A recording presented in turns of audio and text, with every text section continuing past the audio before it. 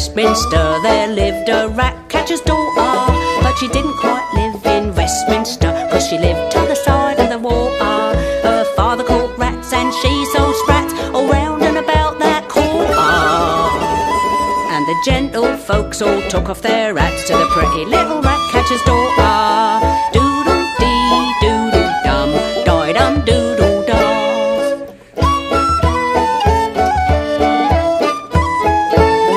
Now rich and poor, both far and near, in matrimony sought her, but at friends and foes she turned up her nose at the pretty little rat catcher's daughter. For there was a man sold lily white sand, in Cupid's net had caught her. And right over head and ears in love went the pretty little rat catcher's daughter. Doodle-dee, doodle-dum, die-dum, doodle-dum.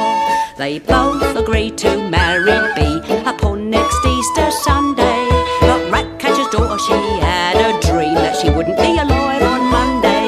She went once more to buy some sprats and tumbled into the water, and down to the bottom all covered with mud went the pretty little rat catcher's daughter.